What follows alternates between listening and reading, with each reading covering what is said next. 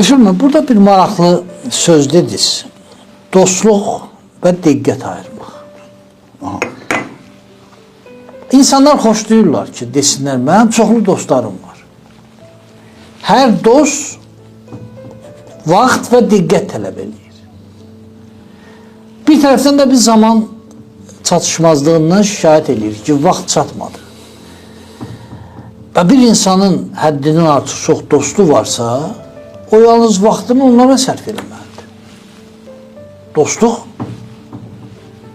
bu ayda ildə bir dəfə görüşməklə olmur. Ardıcıl görüşməlisən, ünsiyyətdə olmalısan, onun qayğılarından maraqlanmalısan, ona kömək eləməyə çalışmalısan. Ciddi adamların nə qədər dostu ola bilər? Sarı Aşıq deyirdi deyəsən, yoxsa Molla Cuma deyirdi ki, dost mehribanı ya bir olar, ya iki. Ya iki. İndi həqiqətən də, çünki hər dost zaman tələb edir, vaxt tələb edir, diqqət tələb edir.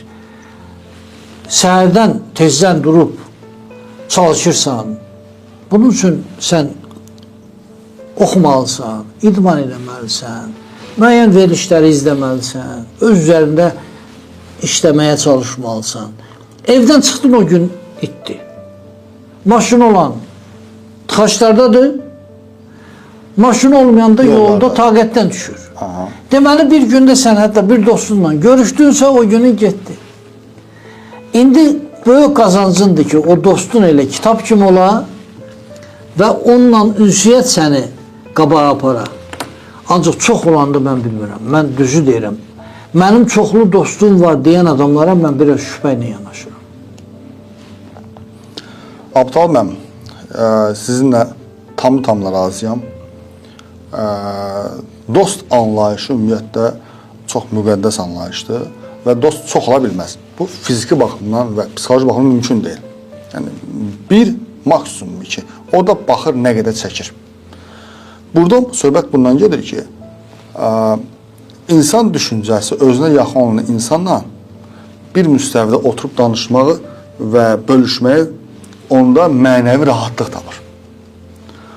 Bu dərd ortağı dillər, tanışlarımız olur.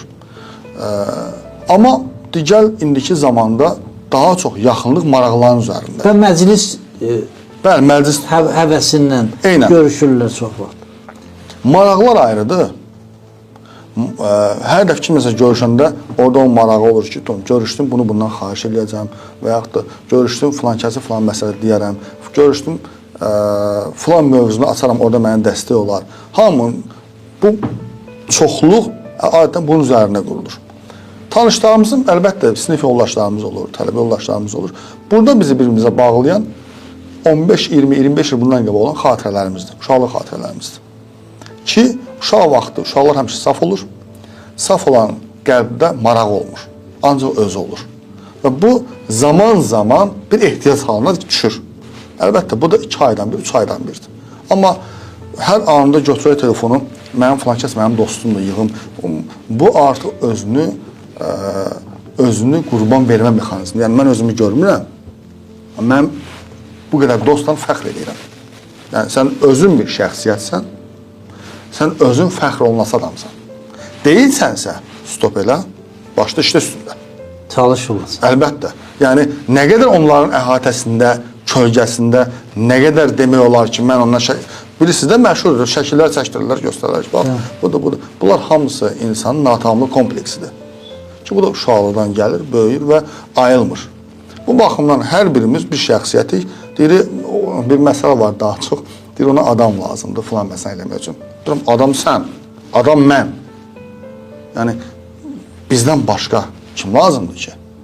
Oturaq, inkişaf eləyək, artıraq. İndi şansımız gətirər, şans məsələsindən deyirəm, o da düşüncələrimizə bağlayıram. Ki, gərginliklə şans gəlmir çox. Qalib olan həmişə güclüdür. Güclü ol, qalib olacaqsın axır əvvəl. Əgər güclü görülmə, biz adətən güclü görülməyə çalışırıq. Güclülər amma sadə görünməyə çalışır. Çünki bilir ki, o güclüdür, ona ehtiyac yoxdur güclü görünməyə. Amma güclü olmaq arzusunda olub zəif insanlar həmişə çalışırlar güclü görünsünlər. Və düşüncələrində nədirsə, həmişə qarşına da güclü proseslər çıxır ki, əzilirlər. Bu baxımdan mən insanı özünə qayıdıram. Yəni biz qabağımıza 5 illik, 10 illik hədəf qoyuruqsa, burada artıq öz komfortumuzu xərcləməliyik. Hansısa minvalla öz niyyətimizi ortaya qoymuşuq və niyyətin sonuna doğru getməliyik. Yox, gedə bilmiriksə, əziyyət çəkiriksə və düşüncədə olaraq negativ planlayırıqsa özümüzü ki, siz də bilirsiniz, mən də bilirəm ki, hər zaman maneələr olacaq. Uşaq uşaqdır, yeriyənə qədər 50 dəfə yıxılır. Hansı uşaq otur yerdə ki, mən yeriməyəcəm deyir. Axır əvvəla uşaq yeriyir. Hamımızı narahatıq ha, ki, yıxılar birdən, əlini atmaq istəyir. Amma uşaq inat edir və yeriyir. Sonra qaçır. Biz o uşaqdan dərs almırıq. Bir dəfə yox cavabı görəndə, bir dəfə qarşımıza maneə görən kimi özümüzü küsürük ki, alınmır məndə, imkan vermirlər. Bu xeyr, elə deyil. Elə deyil. İnsan içindən yıxılır. İnsan düşüncəsindən yıxılır. Ona görə düşüncələrimizi günü bu gündə mən özüm öz düşüncələrimi sahmana salmağa çalışıram, yenə çalışıram. Çünki məndən başqa onu kimsə gəlib mənim düşüncələrimi müdaxilə edə biləcək. Və gördüyüm insanlar, qarşılaşdığım hadisələr, hamısı mənim beynimin məhsuludur. Nə qədər çətin də olsa, mən bu məsuliyyət dərk edirəm. Əgər harası gecikirəmsə, bu mənim öz gərginliyimdəndir. Əgər mən gözlədiyim adam həmin gün gəlmirsə, mən evdən çıxmamışım, bir ehtimal eləmişdim, bəlkə o gəlmər bugün. O da gəlmir. Ona görə hər şey inanaq, bir misal var. Ümumiyyətlə, Sekret kitabı var, mən bunu sizlərlə bölüşmüşəm bir dəfə. İlk düşündürən kitablardan biri o oldu məndə, onun filmləri də var, xeyli sayı çoxdur. İbtidai formada onu ilk dəfə oxuyanda mənə bir ayılma baş verdi 2009-da. Oturmuşuq restoranda, biz çay istəyirik. Ofisantdır, biz çay gətir bizə. O bizə nə gətirəcək? Əlbəttə ki, çay gətirəcək. Biz aş gətirməyəcək, sox gətirməyəcək. Ona görə də istəyimizi kainata tam dolğun verməliyik. Nəsə gətir desə gətirər. Nəyin var gətirirsə gətirər. Amma konkret mən deyirəm, mənə çay gətir. Mən də kainata mesajımı konkret ötürməliyəm. Mən bunu istəyirəm. Bununla bağlı addım atıram. Kainatın cavabı olacaq. Amma istəyimi dəqiq deməliyəm. Ona da hazır olmalıyam. Deyib hazır olmuramsa, yenə gəlməyəcək. Çünki mən sifariş edib çıxıb getsəm, gətirməyəcəklər. İsrarla gözləyirəm, gecikir gözləyirəm. Kainat da budur. Həmin o kitabda o çox gözəl yadımdadır. Lampadan cinin çıxmağı, Ələddinə deməyə orada qeyd olunub. Sahibim, nə istəyirsən? Konkret. Orada Ələddin çaşbaş sözlər desə gəlmir. Konkret, mən bunu istəyirəm. O dalğa o gedir, o da qayıdır bizə. Yəni, hansı tezlikdə gedirsə, o tezlikdə bizə qayıdır. Sözsüz, mən bilirəm, heç nə, heç vaxt gec deyil. Mən bunu anlamışım 30 yaşdan sonra. Amma 30 yaşa qədər mənim bir bərkidiyim bünövrə var. O bünövrənin üzərində işləməliyəm. Çünki mənə arada bilir ki, boş şeydir bu. Ola bilməz. Filan kəs ömür boyu yaxşı işlər gördü. Nə oldu onun axırı? Filan kəs ömür boyu bu işi gördü. Gördün axırı heç nə oldu. Amma sonra ayılıram ki, bizim gördüyümüz müstəvidə hər şey həqiqət deyil. Bizim görmədiyimiz müstəvilər var. Biz bilmirik hansı formada yanaşıb məsələlərə. Ona görə insan özünün qıfıldır, açarı da özündədir. Biz çox vaxt qıfıllanırıq, açarı başqasında axtarırıq. Ki, bir nəfər bizə kömək eləsin, yolumuz açılsın. Yol da bizi, iz də bizi. Bunun üçün də motivasiya davamlı, disiplin mütləq. Çünki motivasiya dalğadır, enir, qalxır. Həmişə motivasiya olmaya bilərik. Amma disiplin, davamlılıq, israrlılıq bu insanı hərəkətə gətirir. Çünki bunu hiss edirik. Adi idman zalına gelirik, bir ay məşq edirik, əzəllərimiz bizə canlanma verir. Baxırıq güzgüdən xoşumuza gəlir. Əla. Deməli, onda digər nəticələr də onu eləsək davamlı, nəticə mütləqdir. Yəni, bu gün elə bir sahə yoxdur. Deyək ki, ona vaxtım yoxdur. 3 ay hər gün 1 saat nəyəsə vaxt ayırırsan, olmayacaq bir şey yoxdur. Bir videoya baxdım bu yaxınlarda. Fizika təsdiq edir ki, arı qanadlarına baxanda çox ağırdır, uçmamalıdır. Elm bunu belə təsdiq edir. Amma digər arı uçur. Ona görə yoxu eşidib, yoxa fokuslanmaq lazım deyil. Həyat sirdir, həyat möcüzədir. Günə başlayanda əsas sual budur. Bir dəfə yoxlayın, cəhd eləyin. Məsələn, mən eləyirəm, sual verirəm. Həyat, Allah, bu gün mənə hansı xoş sürpriz hazırlamısan? Gözləyirəm. Günə başladım. O gəlməlidir. Çünki Cavab gəlir yoxsa? cavab əlbəttə gəlir. Hələ qarşılaşdığım insandan gəlir. Bu maraqlı bir məsələ var. Siz həm də uşaq psixoloqusunuz. Əsas bu sahədə ixtisaslaşıbsınız. Mən məktəbdə 5 il təcrübəm olub. Məktəb psixoloqu kimi ilk iş yerim olub. Və işləyibsiniz, uşaqlarla Əlbəttə, işləyibsiniz. Bu uşaq tərbiyəsini barədə çox danışırlar.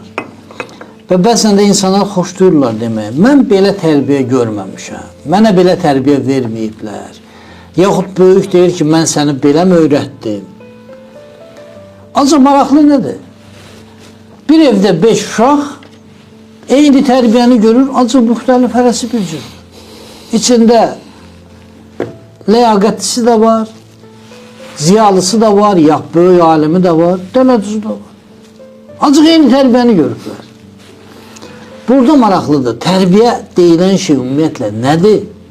Uşağı tərbiyə eləmək, onu özünə tanıtmaqdırmı?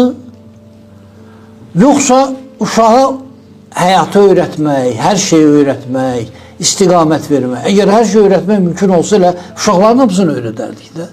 Niyə hərəsi bir cür olur? Abdullah mənim, öyrətmək deyəndə hamımız valideyn olaraq uşağa hər şey öyrətmək istəyirik.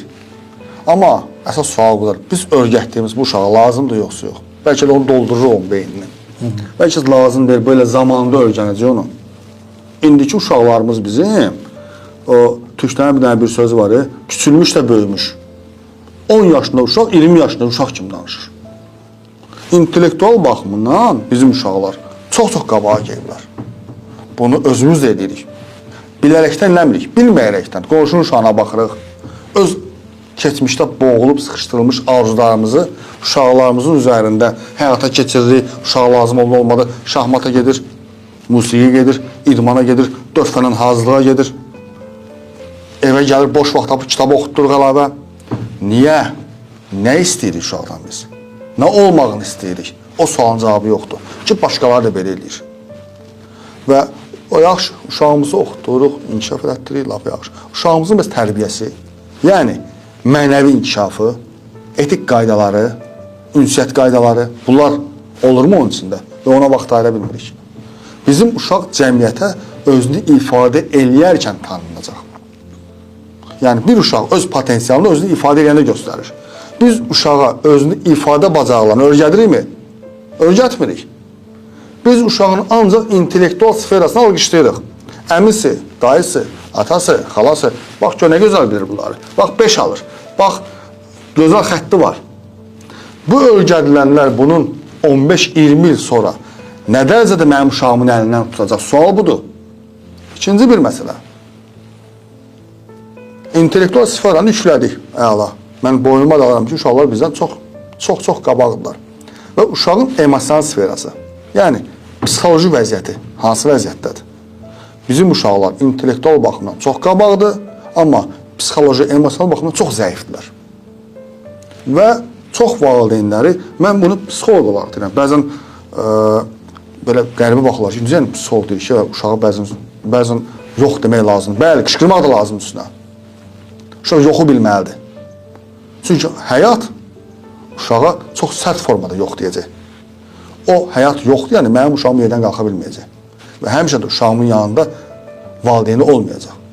Bu uşaq sərtliyi görməlidir, yoxu bilməlidir, maniyəni görməlidir. Bu görməlidir bunları. Görə-görə yetişməlidir, psixoloji üniteti yaranmalıdır.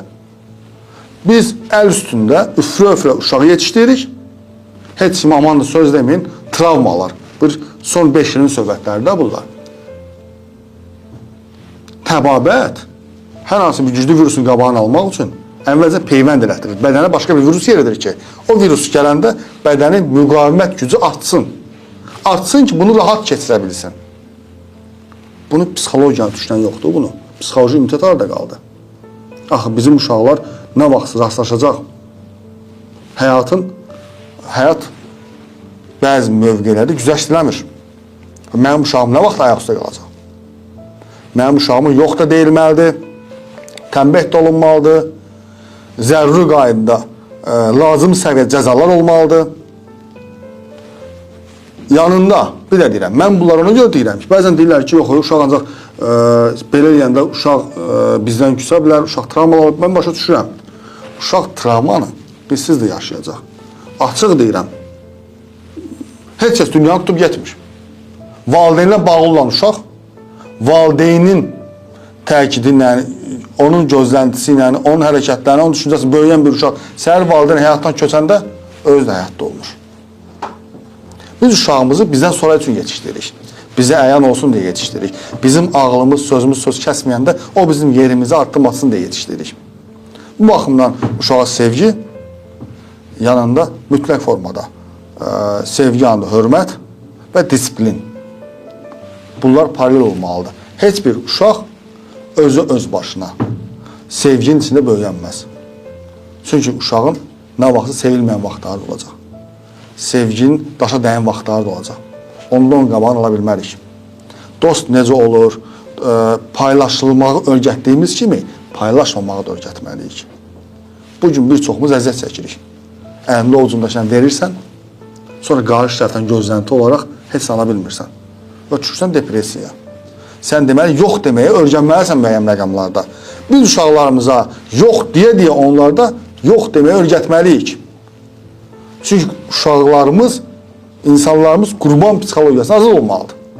Sənə yaxşı olsun deyə bunu eləyirəm, ona yaxşı olsun deyə bunu eləyirəm. Bəs özüm mənə yaxşı olsun deyə, mən başqasını qoyuram, özümə neynəmişəm.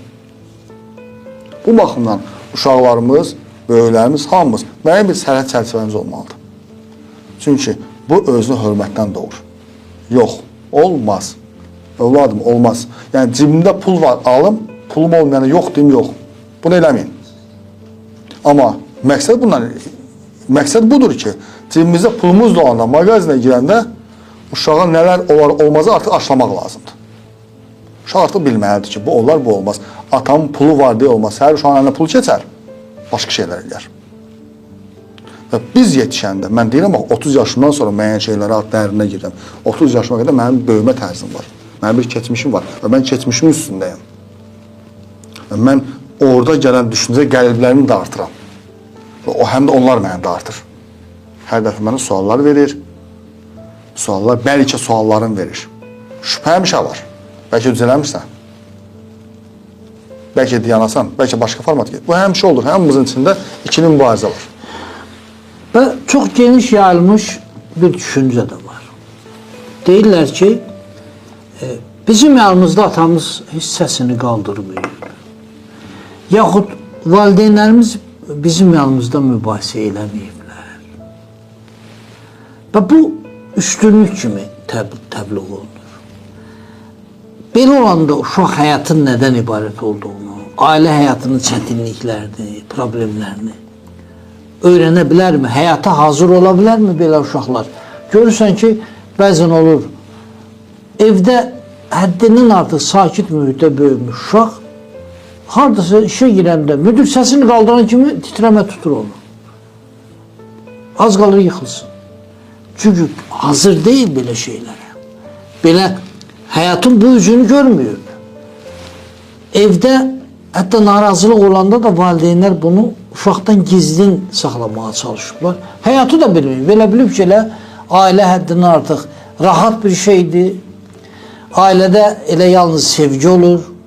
Burada nə səs qaldırmaq var, nə bir-birindən incimək var, yaxud bir-birindən ciddi şəkildə narazı olmaq var.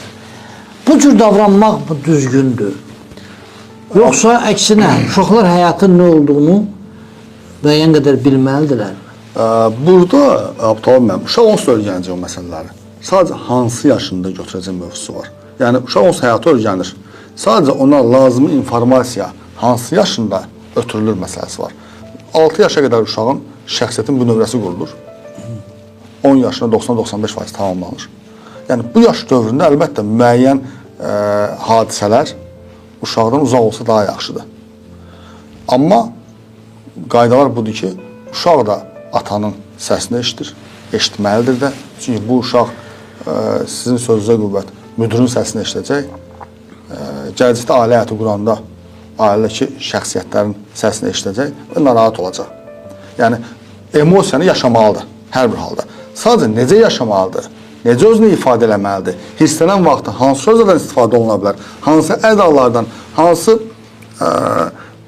verbal və qeyri-verbal cümlələri istifadə edə bilər. Bunları uşaq bilməlidir. Uşaq bunları bilirsə, öyrənərsə, artıq bir təcrübəsi olar. Və çox yaxşı olar ki, uşağın yanında deyiləsi sözlər, uşağın yanında və bir deyilməyəsi sözlər. Axı, uşaq evdə təhqir eşidirsə, davamlı olaraq, uşaq evdə çobudluq görürsə, onun şəxsiyyəti degradasiya olur. Sonra biz bu uşağı toparlamaq istəsək də belə, bunun müəyyən bir yaş dövrünə görə davranış stereotipləri hazırlanır. Hazırlanmış davranış stereotipləri sonra dəyişmək çətin olur. Sonra mədəniyyət adında, etik qaydalar adında nə qədər də aşılasaq da, yenə də o həmin məqamlarda, situasiyalarda o uşaq gördüyünü nümayiş etdirəcək. Bu baxımdan əlbəttə filtr olmalıdır. Sözsüz mən bir dedim, yaş mərhələsinə görə uşağın bilməli və bilməməli məsələlər var. Amma biz uşağa birinci növbədə uşağın özünə yox demək öyrənməliyik. Sərt formada. Sonra uşağın başqalarına yox demək öyrətməliyik. Paylaşmaq gözəl hissdir. Yardım gözəl hissdir. Hər şeyin qədəri var. Əgər mən əlimdə 2 dənə bundan varsa, ikisini də deyirəm paylaşılmalıdır. Bu uşaq bu formada öyrənəcək, amma gözləntisi də olacaq. Amma hamı paylaşırmı? Axı, səhər uşaq bunun əzabını çəkəcək. Biz əlimizdə üfləyə uşaq yetişdiririk. Hər şeydən qoruyuruq, dörd dördük və buraxırıq cəmiyyətə. Cəmiyyətdə Tam hazırlıqsız. Bəli, cəmiyyətdə kimin əlinə düşəcək? Sualdır. Və ondan sonra uşağı toparlamaq olar mı sual var. Ona görə bizim uşaqlar da cəmiyyətə hazır olmalıdır. Uşaq evimizdən ibarət deyil. Uşağın yetişməsində 3 amil var. Biz danışmışdıq. Təlim, tərbiyə, mühit, irsiyyət. Bu üçü paralel gedəcək. Yəni, biri üstünlüyü təşkil edə bilər. Amma üçü də müdaxilə edəcək məsələyə. Yəni, uşağı mühitdən kənara saxlama olmaz. Uşağın irsiyyəti var. Məqam düşən kimi həm də irsiyyət onda bariz görsənəcək. Uşağın ilkin etapda aldığı təlim, tərbiyə, cəmiyyətin etiket qaydaları var. Bu üçü bir yerdə uşağı yetişdirəcək. Və müəyyən mərhələdən sonra onda davranış dəyişiklikləri yaratmaq, nəyisə izah eləmək çətinləşəcək. Eşitməm, bu cəmiyyətimizdə çox müzakirə olunan məsələlərdən biri də bu evlənmək, boşanmaq, boşanmaların sayının artması və əvvəlki dövrlərlə müqayisədə ciddi fərqlərin ortaya çıxmasıdır. Əvvəllər bu qədər boşanma yoxdur. Və bu boşanmaların bu qədər az olmasının kökündə qadın hüquqsuzluğu dayanırdı. Qadın çarəsiz idi. Hər şeyə dözmək məcburiyyətində idi. Özünü təmin eləmək imkanı yox. Fikirləşir ki, əgər mən ayrılsam, mən nə cür yaşayaram? Ətraf qəbul eləmir boşanmalara. Bugünə qədər də ətrafın münasibəti o qədər də yaxşı deyil. Yəni, fikirləşirlər ki, sən ömrünün sonuna kimi bədbəxt olmalısan, həyatından narazı olmalısan, ancaq ayrılmamalısan. Ayrıldınsa bu sənin nöqsanındır. İndi nə cür eləmək? Birincisi, bu bizi narahat eləməlidirmi ki, niyə boşanmalar bu qədər artıb? Bəlkə elə bu boşanmaların artmağı təbii bir şeydir. Çünki fərqli insanlardır. Adətən Azərbaycan mühitində böyük əksəriyyət tanımadan evlənir. Yəni bir dəfə, 2 dəfə görüşməklə insanı tanımaq qeyri-mümkündür. Bəzən adamlar 20 il yaşayırlar bir yerdə. 20 ildən sonra bir-birini tanıyırlar ki, bu adamda nələr var imiş. İndi insanların bir-birini tanımadan ailə qurması sonda təbiidir ki, ona gətirib çıxardır. Üstəlik, insanlar arasında fərqlilik çox böyükdür. 2 fərqli insanı deyirsən ki, bir yerdə yaşa. İlk dövrlər ola bilsin ki, bu o qədər də çətin deyil. Hələ bir-birini o qədər də tanımırlar, hələ o sevgi, o heyranlıq müəyyən qədər qalıbdır. Ancaq sonradan fərqliliklər çıxır üzə. Üstəlik, burada bir çox böyük problem də var. 20 yaşında ailə quran 2 nəfər, 30 yaşında fərqli inkişaf səviyyəsi keçirlər. Biri 10 ildə çox qabağa gedir, öz üzərində işləyir, O birisi elə 20 yaşında nə cür var idisə elə də qalır. Üstəlik çəki artır. Özünün deyək ki, o görkəminlə çox qədər də maraqlanmır. Çünki bəzi adamlar elə isə bilirlər ki, ümumiyyətlə insanın əsas hədəfi ailə qurmaqdır. Ailə qurandan sonra heç xarici görkəmlə maraqlanmağa da ehtiyac yoxdur. İndi bu şəkildə insanlar arasında uçurum yaranırsa, onlar bir yerdə qalmaq məcburiyyətindədirlərmi? Üstəlik, bir məsələ də var, onu da deyim. Bax, bizim ədəbiyyat, bizim şairlər əsasən nədən yazırlar? Başımız necə qarışıbsa, bu ədəbiyyat tərəfinə toxunmamışıq. Hələ gəlib çıxmamışıq. Ən çox nədən yazırlar? Sən dünən məni sevirdin, bugün niyə sevmirsən? Yəni, elə bir öhdəlik yoxdur ki. İnsanlar tamamilə mümkündür ki, kiməsə bugün heyran olsunlar. Siz deyək ki, məni bugün çox böyük adam sayasınız, çox böyük sevgi ilə yanaşasınız. Sabah elə hərəkət edərəm ki, gözünüzdən düşərəm. İnsanlar gözdən düşə bilirlər. Heç kimin ömrünün axırına qədər sən nə cür olsan da, nə cür davransan da, mən səni sevmək məcburiyyətindəyəm ki, belə bir öhdəliyi yoxdur. Ona görə bu da təbii şeydir. Şairlər, mənə elə gəlir ki, cəmiyyəti də bu məsələdə çaşdırırlar. Dünən kimisə sevərsən, bugün gözündən düşər. Yaxud əksinə, bugün qəbul eləmədiyin adam, sabah sənin üçün dünyada ən əziz adam olar. Burada bu qədər problemlər var. Ən əsası yenə də o məsələyə qayıtmaq istəyirəm. 20 yaşında evlənir iki eyni səviyyəli adam, 30 yaşında uçurum var arada.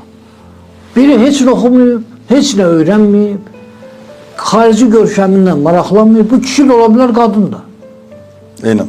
O birisi də daim öz üzərində işləyib. İndi bu adamların 20 yaşında söhbətləri tutuldusa, 30 yaşında tutmur. Nə etmək lazımdır onda? Bu mövzu mənim üçün çox həssas bir mövzudur. Və yerində oldu bu məsələlər, səsləndirilir. Deməli, Abdullah müəllim, mövzunun səbəbi olmalıdır birincisi ki, boşanma sayıları niyə çoxdur? Əvvəllər qadın hüquqları məhdud olduğu üçün deyirik ki, məcburiyyət qarşısında maddi asılılığı var deyə boşanmaların sayı azdır. Amma indi hüquq və bərabərliklər eyniləşib və artıq boşanma sayı da normadan artıqdır.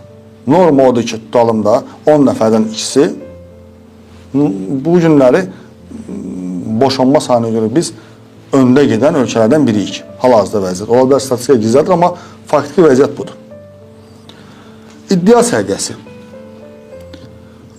Birinci növbədə inkişaf var, düşüncə müstəvidə və sosial imkanlar baxımından. Biz iki qardaşıq. Mənim yoldaşım, siz istirahət edirsiniz tez-tez.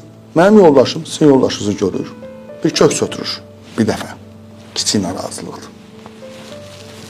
Biraz da keçir. İş yoldaşı deyir, yayda falan yerə gedəcək. Getmirsiniz ki. Məcbur bir yalan danışır ki, işimiz var. Rahat deyəmir ki, məsələn, rahat deyə bilmirlər. Deyə bilərlər ki, bu işlərimiz yaxşı gətirmir, bizim biraz borcumuz var, bu il gedəməyəcək. Əksinə, həkim getməli, həkim daha həkimə gedəcək. Bu bir yalan danışdı. Mən, dostlarım deyir ki, gəl yığışan, ailəvi gedəyim bir yerə, bir həftə qalarım. Mən deyirəm ki, mən xanıma söz vermişəm. Bəs ondan başqa bir yerə gedəcəm, bu dəfə gedəmirəm. İçində bir yenə narazılığı var, yalan danışıram, özümü ifadə edə bilmirəm. Bu narazı toxumlar, çöldə bacada yığdığım toxumlar gəlir evin içinə. Evin içində deyilir ki, bundan ehtiyac var. Bundan tutalım 2 dənə lazımdır. Mən də deyirəm ki, bundan indi 1 dənə alıram.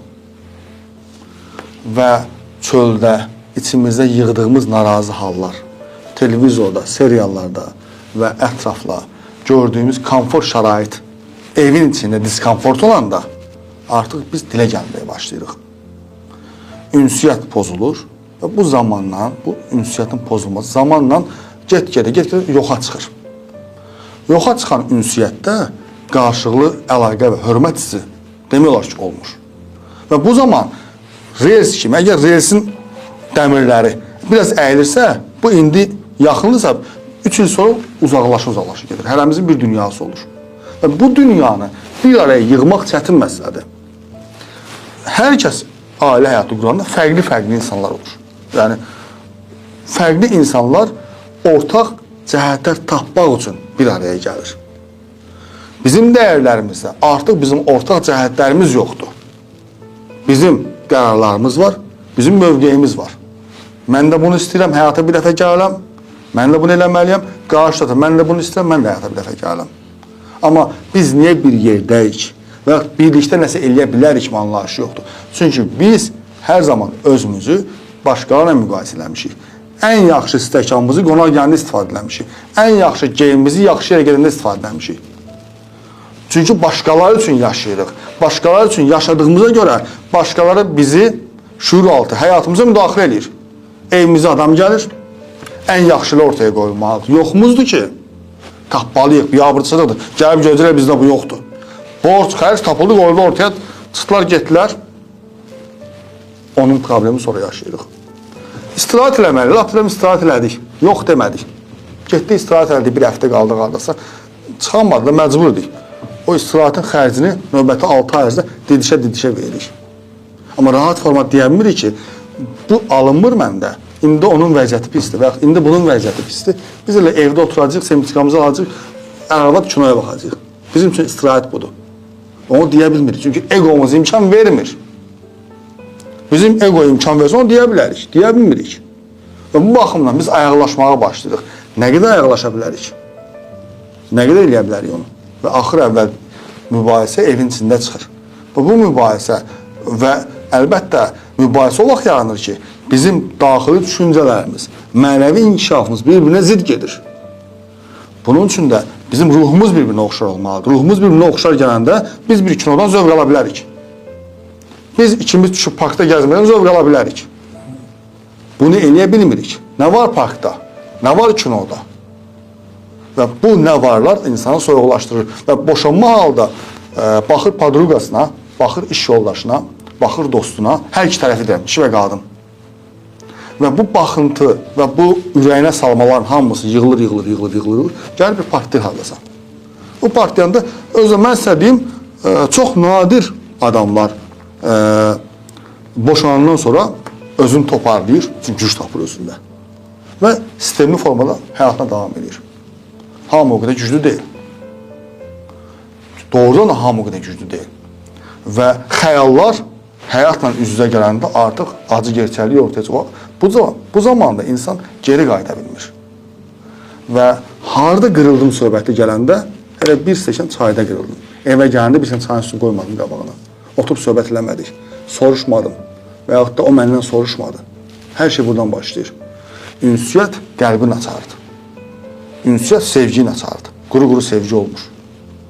Ünsiyyəti yarada bilməyəniz. Ümumiyyətlə, empatiya hissi hər yerdə keçərlidir. Empatiya yoxdursa dostlar arasında, ailədə, ana-ata arasında, yəni ailədə qaynata və qaynana arasında empatiyası yarada bilməmişiksə, məcburiyyətindən eləyiriksə biz bir şeyi, o məcburiyyət bir yerdə qırılacaq. Amma sevgi, bəzən deyirlər evlilik sevgini azaldır, evlilik sevgini azaltmır. Sadəcə formasını dəyişir. Emosiyalar azalır, keçir uşağa olan sevgi, evin düzəlməsi olan sevgi, qohumlara olan sevgi, iş yerli olan sevgi, xəyallarına qurduğu sevgi, mən xəyalımda bu evi bu cür qurmalıyam. Arzuları olan sevgi, insan arzularına xəyanət etməməlidir. İnsan niyyətinə xəyanət etməməlidir. Yəni, hara gəlmişəm və hara getməliyəm, onu görməli demişəm. Ölümlü dünyada elə xırda şeylər detallanmışıq ki, elə şeylərə fokuslanmışıq ki, itirəndən sonra gec olur. Bu mənada insan o kitab məsələsini niyə gəlirəm? Eyni müstəvirə düşünə biləndə, əgər ağrıyan bir adama söz demədən ağrıdığını hiss edirsənsə, deməli sən insansan. O dilə gəlməli deyil. Narahat olduğunu dilə gəlmədən anlayırsansa, deməli ruhən eyni bədəndəsiz. Yoxsa ki, o dilə gəlirsə ki, mənim ayağım ağrıyır, mənim başım ağrıyır, mənə filan şey lazımdır. Deməli, ayrı-ayrı dünyada bu adam səni müraciət edir. bu günləri məsələnin ünsiyyətin qırılma nöqtələrindən biri. Qarşı tərəfin emosional ehtiyacını və emosional durumunu nəzərə almadan öz istəyimi təkidlə deyirəm. Bu adam gəlib yorğundur, acdır və yaxud da ki, adam bütün gün ev işlərlə məşğuldur. Bütün günü gəlmişəm ki, onu və gəlmişəm burada deyirəm ki, mənə də filan yemək pişir. Elə olmur axı. Elə ola da bilməz. Yəni bu Yox, əslində olur. İnsanların böyük əksəriyyəti xarakterin xüsusiyyəti budur. Eynən. Yalnız öz istəyindən çıxış edir. İstəyir ki, hər şey o istəyən kimi olsun.